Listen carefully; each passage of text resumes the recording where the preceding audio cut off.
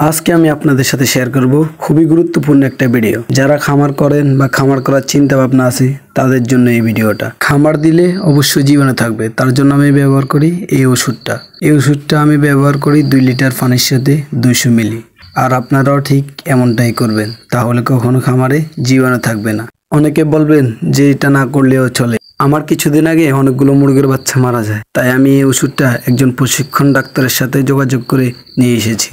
আলহামদুলিল্লাহ, আমি এটার খুব ভালো রেজাল্ট পেয়েছি।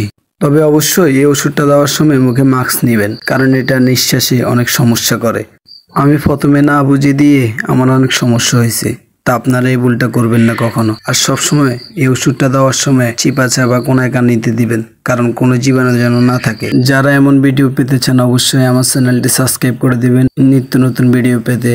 সবাই ভালো থাকবেন, সুস্থ থাকবেন। আল্লাহ হাফেজ। আজকের জন্য ভিডিওটা এখানেই শেষ।